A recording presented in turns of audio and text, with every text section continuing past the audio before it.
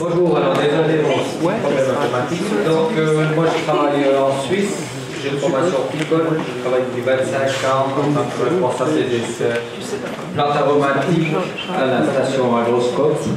Donc Agroscope c'est plus ou moins l'équivalent de la recherche publique agronomique en Suisse.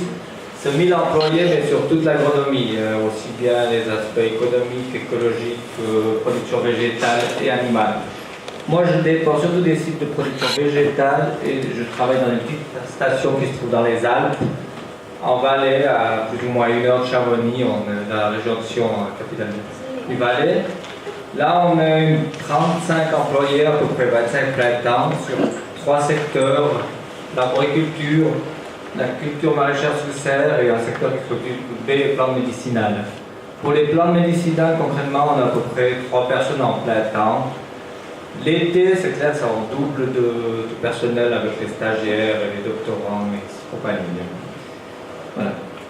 Donc on m'a demandé de parler de plantes alpines à vocation cosmétique. Et puis j'ai essayé de construire un peu un exposé qui cadre un peu avec le thème d'aujourd'hui, vendre autrement, produire autrement. Et on verra qu'il y a pas mal de redondance avec ce qui s'est dit ce matin. Donc un peu les infrastructures qu'on a comptées, c'est des infrastructures classiques horticoles, un peu comme à l'image de ce qui se fait ici, c'est-à-dire des serres, des champs, des plus pleins champs. On a un séchoir pour les plantes médicinales, c'est le séchoir inox que vous voyez sur l'image en haut à droite. On a plusieurs laboratoires. Alors les laboratoires, on en a de mycologie, on a des laboratoires qualité pour les plantes aromatiques. Donc, qualité 5, c'est surtout des analyses d'huile essentielle, des analyses de mucilage. On peut analyser aussi, faire des extractions pour l'acide rosmarinique par exemple. On a un laboratoire in vitro, on a un laboratoire sensoriel et on a aussi un laboratoire qui s'occupe de la qualité, mais plutôt pour les fruits, là où on fera des analyses d'acidité, de Brix et aussi des antioxydants. Donc ça c'est un peu nos champs d'activité, là je vais passer assez rapidement. Donc c'est soit sélection, soit l'appui technique, la qualité et puis un petit peu de formation. Sur le site de Comté, il y a un autre organisme qui s'occupe de plantes aromatiques qui est Mediplan, qui est un organisme semi-privé, qui est dirigé par un Français d'origine du moins, qui est établi en Suisse depuis quelques années, qui a transité par l'ITED Main notamment. Et Mediplan travaillent aussi sur les plantes alpines, mais sont surtout connus pour les travaux menés avec Artemisia annua, qui est une plante qui a des vertus, qui a des propriétés assez intéressantes contre la malaria. Ici, on voit une production de semences sous serre d'Artemisia annua à forte teneur en artémisinine. Et sur le site de Comté, il y a un nouveau acteur qui s'est installé l'année passée. C'est un incubateur d'entreprise, donc c'est un outil de promotion économique régionale. C'est un incubateur de jeunes entreprises qui aide et évolue aux dérivés de plantes et notamment en plantes qui s'appelle le phytoarc. Et on a aussi beaucoup de contacts avec la haute école de Sion, donc au niveau avec les hautes écoles. Voilà, 2 mots sur la production en Suisse. En Suisse, je pense que ça correspond même. Ça correspond à un petit département en France en termes de production, c'est loin des chiffres de la Drôme. On parle de 250 à 300 acteurs, ce qui correspond à 150 à 200 hectares de culture pour toute la Suisse. Les particularités un peu, généralement, pratiquement dans tous les cas, c'est des agriculteurs qui font ça à temps. C'est des agriculteurs souvent à plein temps, mais les plantes médicinales, c'est une partie de leur activité seulement. En général, ils sont en coopérative, et peut-être une des particularités, c'est qu'il y a beaucoup de ces coopératives qui ont une production contractuelle. C'est-à-dire qu'au sein des coopératives, ils discutent avec les grands acheteurs suisses qui sont, on voit sur le schéma à côté, entre autres Ricola et Kenel. Ils se répartissent les contingents et fixent les prix. Voilà, alors je vais en venir directement au cœur de l'exposé qui est les plantes alpines. Qu'est-ce qui intéresse les acteurs du marché cosmétique dans les plantes alpines? C'est les mêmes choses que dans les autres plantes, c'est tout ce qui qui protège de près ou de loin la peau et qui ralentit le vieillissement. Hein. Et puis là-dedans, les plantes alpines, leurs atouts, c'est clair que c'est des... Pour la cosmétique surtout, il y a un gros avantage en termes de communication, c'est assez facile de communiquer. Elles sont synonymes de rareté, de pureté. C'est aussi des plantes qui, en général, qui sont belles. C'est un champ assez intéressant pour les phytochimistes pour trouver des nouvelles molécules. Et puis, ça permet aussi de valoriser certaines connaissances en endobotanique. Souvent, les plantes qui étaient utilisées, enfin, on peut dire pratiquement toutes les espèces qui étaient utilisées pour soigner les blessures, elles peuvent être reconverties dans les cosmétiques. Donc, j'en viens un peu avec des exemples un peu concrets de ce qui se fait. Hein. Ici, on a une plante assez connue des Savoyards et des gens de l'arc alpin qui est le génépi. Donc là, on est vraiment... On voit les raisons de passer à la culture. Donc normalement, le génépi a plutôt à vocation pour les liquoristes, mais il y a aussi des extraits qui sont pour l'industrie cosmétique. Donc le génépi est complètement interdit de récolte en Suisse et en Italie. Et en France, c'est fortement réglementé. Donc c'est une des premières raisons de passer à la culture. La deuxième raison, c'est pour abaisser les coûts de production. De toute façon, en cultivant, on va arriver à une production meilleur marché. Un troisième intérêt de cultiver, c'est de connaître le chémotype. On sait que dans les thym, on a des familles chimiques, des races chimiques, mais maintenant on a démontré que ça existait dans de nombreuses autres plantes, notamment le génépi. En plus, dans le génépi, on était parti d'abord avec des acteurs qui voulaient mettre ça dans l'alimentaire et on a essayé de baisser le taux de thuone, qui est la même molécule neurotoxique qu'on trouve dans l'absinthe. Donc on a des variétés à faible teneur en thuone, mais en tout cas on peut maîtriser le génotype par la culture. On peut maîtriser aussi le stade phénologique de récolte. Là sur le génépi, il y a des travaux qui ont montré que par exemple le stade, le maximum d'huile essentielle, la teneur maximum d'huile essentielle était obtenue juste avant la floraison. Mais par contre, le maximum de rendement en huile essentielle, donc si on faisait un rapport entre la biomasse et la teneur en huile essentielle, c'était après floraison. Donc pour le paysan, les consignes de récolte, c'est récolté juste après le point de pleine floraison. Pour avoir le maximum, pas le maximum de teneur, mais le maximum de rendement à la surface. Hein. Un autre exemple qui a été relativement bien connu, c'est les Edelweiss. Et puis là, je vais parler un peu de comment se passe en général une domestication d'une plante alpine. En général, il y a une demande qui vient de l'industrie, qui se base souvent sur des publications en phytochimie. Du côté des sélectionneurs, on va regarder un peu ce qu'on a comme matériel génétique de base. Souvent, pour les plantes très très rares, on va prendre des semences directement en nature. Pour des plantes qui sont déjà cultivées chez les producteurs de plantes vivaces, on va voir aussi ce qui se fait de son côté. En élevage, finalement, ça a été le choix parce que les producteurs de plantes vivaces avaient déjà pas mal travaillé cette plante et les variétés horticoles étaient nettement plus vigoureuses, par exemple. Les études phytochimiques se poursuivent avec le matériel collecté. Après, souvent sur les plantes alpines, il y a des travaux sur la germination des semences. Ça n'a pas été le cas sur les Edelweiss parce que c'est une espèce qui germe très facilement. Mais on commence à tester ça en culture sous forme agronomique. Les Edelweiss, la culture était déjà bien connue des jardiniers. Par contre, après, s'il faut planter ça au champ, s'appliquer à la machine, désherber, il y a toutes sortes de paramètres qui entrent en ligne de compte. Et on arrive à des tests culturaux, souvent à l'échelle 1-1 sur des surfaces de quelques arbres, quelques dizaines d'arbres.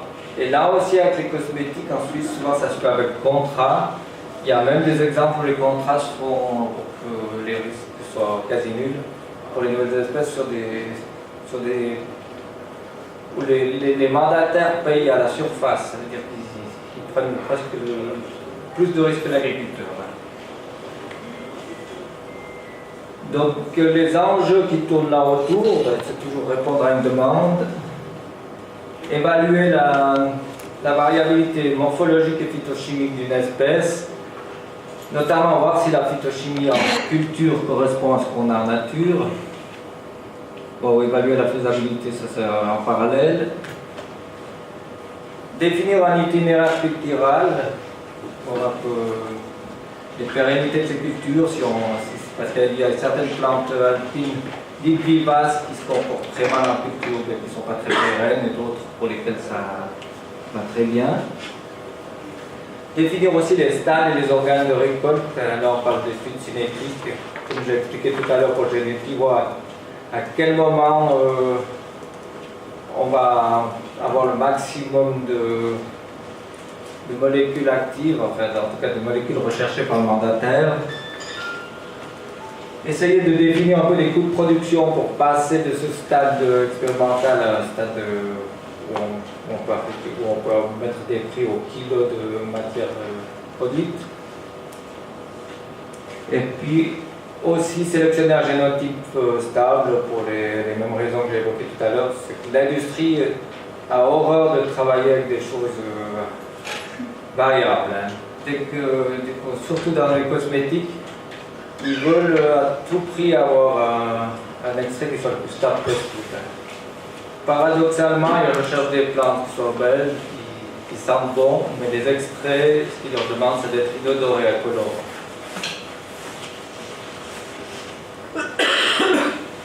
Voilà, donc je reste sur le modèle de l'Edelweiss parce que là on voit un peu un schéma complet où on est parti des plantes de nature, on arrive assez vite à la cultiver. Comme j'ai dit, ce n'est pas une plante qui a été difficile à cultiver, donc là on voit une parcelle qui est cultivée en rang, tout ce qui se fait traditionnellement en culture maraîchère, on pourrait dire. Et on a produit assez rapidement une variété qu'on a baptisée Bessia, qui est commercialisée. Parallèlement, l'industrie qui nous a demandé ça, qui s'appelait Alpaflor, elle a développé son extrait.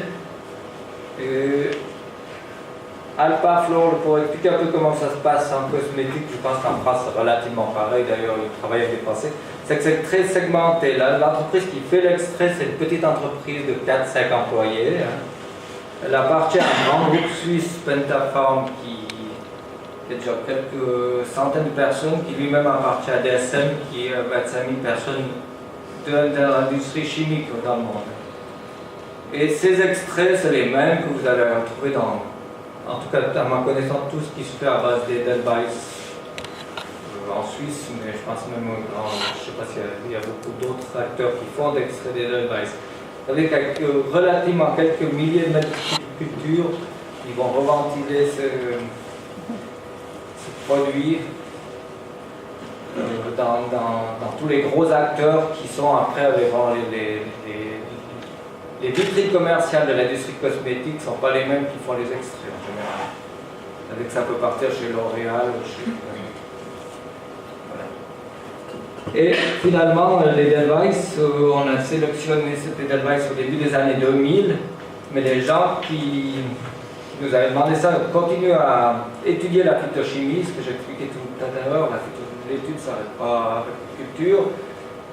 Et une équipe autrichienne, en collaboration avec des gens de Pentafarm Suisse, un laboratoire français et des gens de l'île de Bologne, ont isolé des nouvelles molécules. Ils ont isolé entre autres l'acide qu'ils ont baptisé l'acide orthopodique en 2005. Donc pour dire qu'on ne connaît jamais la composition totale d'une plante, c'est des études qui sont en perpétuel mouvement. Voilà. Monsieur Gros m'a demandé aussi de parler, d'orienter un peu mon discours sur produire autrement, pour essayer de donner des idées, et on va voir que finalement les idées soient un peu les mêmes partout, parce qu'on ne peut pas toujours réinventer la roue. Donc nous, mon expérience, j'essaie d'illustrer ça, comment on allait cultiver des plantes alpines, utiliser l'outil serre pour les plantes alpines. La première chose, c'est pour allonger la saison et dans toutes les phases de multiplication. J'ai pris 2-3 petits exemples exotiques que j'ai eu l'occasion de voir au cours de ma carrière pour incrémenté tout ça. Entre autres, ici, sur une culture de rhodéola, on voit un abri qui est monté sur roue, qui était un outil destiné à protéger les plantes, à faire du stress hydrique, mais on pourrait utiliser ça comme une protection mobile contre les précipitations. Au milieu, on n'a pas à faire une plante alpine, puisque c'est des théiers en Toscane, mais c'était pour montrer que aussi la protection, mais sous forme d'ombrière. Donc le thé, c'est pas encore une plante alpine, bien qu'il y ait des petites cultures en Suisse, dans le canton du Tessin, dans des endroits très abrités. Mais l'ombrière, par contre, est utilisée soit pour produire du ginseng en Suisse allemande, soit pour certaines plantes alpines de sous-bois, comme la sanicle qu'on a vu tout à l'heure. En général, on utilise des tunnels plus bas, mais c'est un outil qui peut être utile pour des plantes à écologie un peu spéciale. Après, il y a bien sûr toute l'horticulture moderne où il y aurait des applications, on va en voir un tout petit exemple tout à l'heure. Mais là, il faut déjà avoir des plantes à très très forte valeur ajoutée pour passer à de l'éclairage, à de la serre-vert, à de l'hydroponie, ou même on pourrait passer à du CO2. Voilà, alors ici c'est un exemple de plante alpine cultivée en serre. Ça c'est un essai qui est fait par mes collègues Mediplan, que j'ai présenté tout à l'heure. C'est pas des essais qui dépendent vraiment de moi. Mediplan a cette particularité qui est semi-privée, donc là il y a une certaine confidentialité sur les résultats et sur les modes de culture. On peut communiquer sur les espèces qui cultivent, par contre on ne sait ni qui est le mandataire, ni comment sont faites vraiment ces plantes, mais là on voit une plante typiquement alpine qui est cultivée sous serre. L'avantage, c'est clair, on n'a plus de problème avec la mauvaise herbe, l'inconvénient c'est le trou de l'infrastructure. Un autre exemple de culture sous serre qui a eu lieu il y a quelques années, et puis là on est vraiment dans cette sorte de produit autrement, où on ne produit plus pour la cosmétique, mais on produit une plante alpine pour la fleur coupée. Et là c'était un exemple, il y a eu tout un programme sur cette plante alpine pour fleur coupée, majoritairement en sol, mais là c'était un exemple qui était sur pain de coco. Donc les résultats étaient assez bons, si ce n'est que la variété n'était pas très adaptée, trop florifère, il y avait trop de deuxième choix par rapport au premier choix. Pour la fleur coupée, il faudrait peut-être avoir des tiges plus épaisses et puis peut-être une production plus échelonnée. Et puis aussi un des problèmes qui a été rencontré en serre, c'est des ravageurs de serre pour trouver une nouvelle nourriture, donc il y a eu pas mal de problèmes avec les pucerons et les trips. Dans les sources d'innovation, on n'a pas été très loin, mais ici c'était un exemple qui était un travail de doctorat d'une fille qui travaillait en phytochimie. C'est essayer d'activer certaines métaboliques secondaires en occasionnant des stress. Là, on a essayé de traiter des sanicles avec l'acide jasmonique pour augmenter les antioxydants. À ma connaissance, il n'y a pas eu de gros résultats sur cet essai, mais il y a pas mal d'autres pistes qui se font encore à niveau expérimental, que ce soit avec des éliciteurs, avec des acides aminés, avec des mycorhizes, comme on a parlé tout à l'heure, ou d'autres phytostimulants. J'ai pris un exemple aussi de détournement d'une plante qui est dite plutôt néfaste pour l'environnement, mais notre partenaire qui produit l'extrait cosmétique produit un extrait à partir de Buddleia davidi. Il y a d'ailleurs une petite culture qui évolue à cet effet. Donc dans le Buddleia, il y a une molécule qui est le verbascoside, qui a un très fort pouvoir antioxydant. C'est une molécule qui a été d'abord décrite sur Verbascom, mais qui est dans beaucoup de plantes. Et finalement, on voit qu'une plante, ça dépend toujours de quel côté on le regarde, est-ce qu'elle est utile ou invasive. Là, on a aussi des avantages de la cultiver, parce que finalement, dans les récoltes, elle ne fleure jamais. On récolte les feuilles avant la floraison. Voilà, pour montrer, c'était surtout pour montrer qu'il fallait garder l'esprit ouvert. Alors, on en a pas mal parlé ce matin, et puis j'ai mis ça aussi pour produire différemment. Donc, ma collègue, ma chef qui travaille beaucoup sur les petits fruits, on voit un assez fort développement, notamment des myrtilles en Suisse, mais c'est aussi d'abord un développement pour les qualités gustatives, mais c'est aussi un champ qui intéresse beaucoup les médicaments, l'alimentation fonctionnelle. C'est une source d'antioxydants énorme. On a eu pour Ricola des essais de Canberra et des REL, qui ont donné des résultats assez bons, mais on ne peut pas concurrencer les Canadiens. Il y a les baies d'aronia qui sont très cultivées en Suisse, comme un cultivé en Suisse maintenant. La myrtille, c'est ce qui est plus cultivé. On a en cours des essais de camérisier et de goji. Et il y a des petites productions d'arbousiers et d'églantiers pour des fins cosmétiques, par exemple. Mais on voit que c'est quand même une tendance en fait de rechercher des molécules en lien avec la santé dans les petits fruits. Là encore juste un petit mot sur le gobelet de yogourt qui est dans le pot de myrtille. C'est un piège à Drosophile suzuki. Je ne sais pas s'il y a des gens qui ont entendu parler de cet insecte qui cause beaucoup de problèmes et de soucis à tous les producteurs de baies rouges en Europe actuellement. Voilà. Alors maintenant encore deux dias sur vendre autrement. Donc normalement dans la station de recherche c'est pas là où on vend, mais j'ai quand même essayé de dire deux mots là-dessus. Alors quel avantage de vendre sous forme d'agriculture contractuelle? Il y a des avantages qui sont autour de la sécurité, des garanties financières, de partager les risques entre agriculteurs et acheteurs, mais par contre il y a des inconvénients.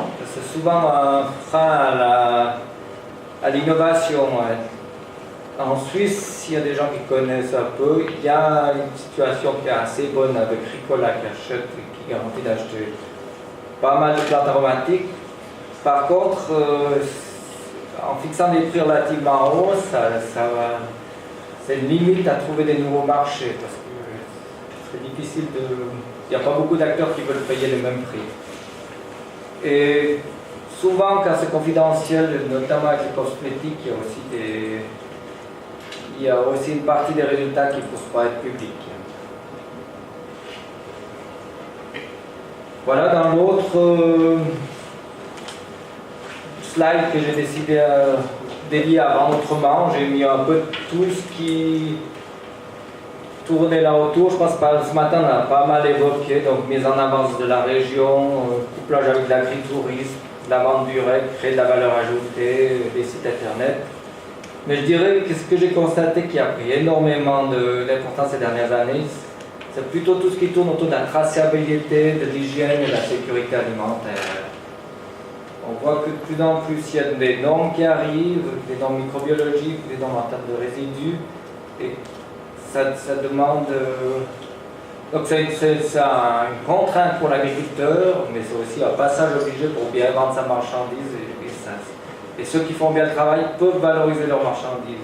Donc, je pense que c'est même inévitable, mais il faut être conscient de ça. En conclusion, alors je dirais que l'industrie cosmétique est friande de nouvelles sources de molécules. Les plantes alpines s'inscrivent bien dans cette offre. Une filière, alors je ne vais peut-être pas assez insister, c'est qu'en Suisse on a vraiment une filière, c'est plus facile parce qu'on est petit, mais on a une filière où tout le monde se connaît et il y a des bons rapports de confiance et ça c'est important. On a parlé du réseau ce matin, c'est exactement ça. Ça permet de construire des choses pérennes au moins à moyen terme. En fonction du but final, la production d'une plante cosmétique, elle peut être localisée soit en montagne, soit tout en serre. Finalement, les serres et les tunnels peuvent jouer un rôle assez intéressant, voire même des géotextiles, des agrides dans certains cas. Et puis la communication et la commercialisation doivent être en adéquation avec le mode de production. Voilà, j'en ai fini. J'espère que je n'ai pas été trop long. Non.